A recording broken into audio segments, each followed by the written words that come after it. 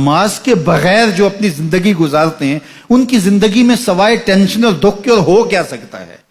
خشوع کے ساتھ نماز کرنا سیکھو. نماز پڑھنے کے بعد آپ ہلکے پھلکے پاؤ گے اپنے آپ کو. رقت کے ساتھ اللہ کے حضور گڑ گڑاتے ہوئے سجدے کرو, اس کا اپنا سرور پاؤ گے. اللہ اکبر. لیکن ایک بندہ کہے کہ جناب میں نماز پڑھتا ہوں لیکن ایسی کیفیت تو پیدا نہیں ہوتی, تو شیطان اس کو کہتا ہے کیا فائدہ ایسی نماز پڑھنے کا؟ لوگ بھی کہتے ہیں فلاں بندے سے یہ جرم بھی سرزد ہوتا ہے, نماز بھی پڑھتا ہے, اس کی نماز کو مورد الزام بناتے ہیں. تو بندہ بھی کہتا ہے چھوڑے, نماز نے مجھے کیا فائدہ دیا.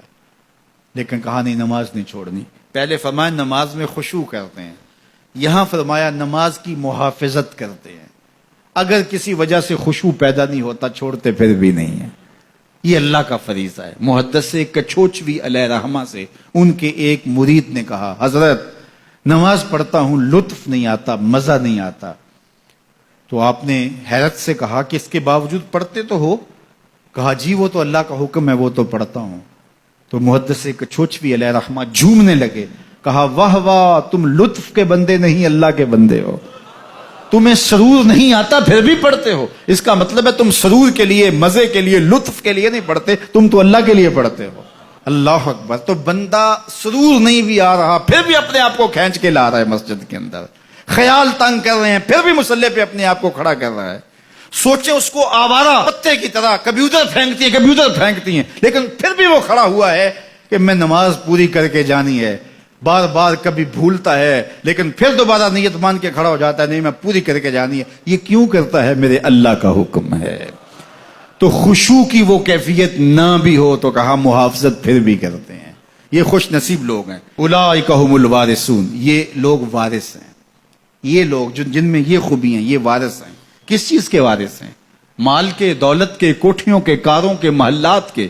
کہا الذین یرثون الفردوس. یہ جنت الفردوس کے وارث.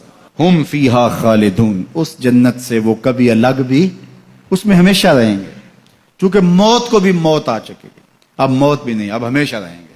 اللہ تعالیٰ فرمائے گا اردیتم, جنتیوں کیا راضی ہو؟ اہل جنت کیا تم راضی ہو؟ تو وہ کہیں گے ہمیں کیا ہوا کہ ہم راضی نہ ہوں, ہمیں تو وہ ملا جس کا ہمیں تصور بھی نہیں تھا. ہمیں جنت مل گئی, محلات و قصور مل گئے. جو سب سے آخر میں جنت میں جائے گا, سب سے آخر میں, جس کو ہماری پنجابی میں پھاڑا کہتے ہیں, سب سے آخر میں, اس کو جنت میں کتنی جگہ ملے گی؟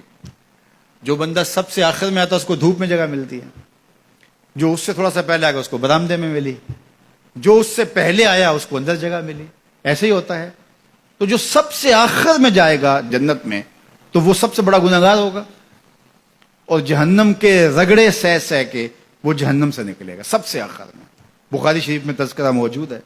اللہ کے حضور حاضر ہوگا اور اللہ اس بندے کو کہے گا بتا کیا چاہیے؟ وہ کہے گا مالک مجھے یہ چاہیے. اللہ فرمائے گا لکا ما تمنیت, جو تو نے آرزو کی جا سب کچھ میں نے تیری جھولی میں ڈال دیا, اب جنت میں چلا جائے. اب اس کو تو یہ ہوگا سایہ دیوار میں جگہ مل جائے تو غنیمت ہے, جنت کے کسی درخت کے نیچے جھونپڑا لگا لوں تو کافی ہے, چلو کوئی 2 مرلے کا 3 مرلے کا کٹھیا بھی مل جائے تو کافی ہے. اس کے لیے تو اتنا ہی کافی کہ جہنم سے نکل گیا. لیکن اس کو کہا جائے گا جا جنت میں چلا جا, اور تیرے لیے جنت میں دنیا سے 10 گنا جگہ ہے.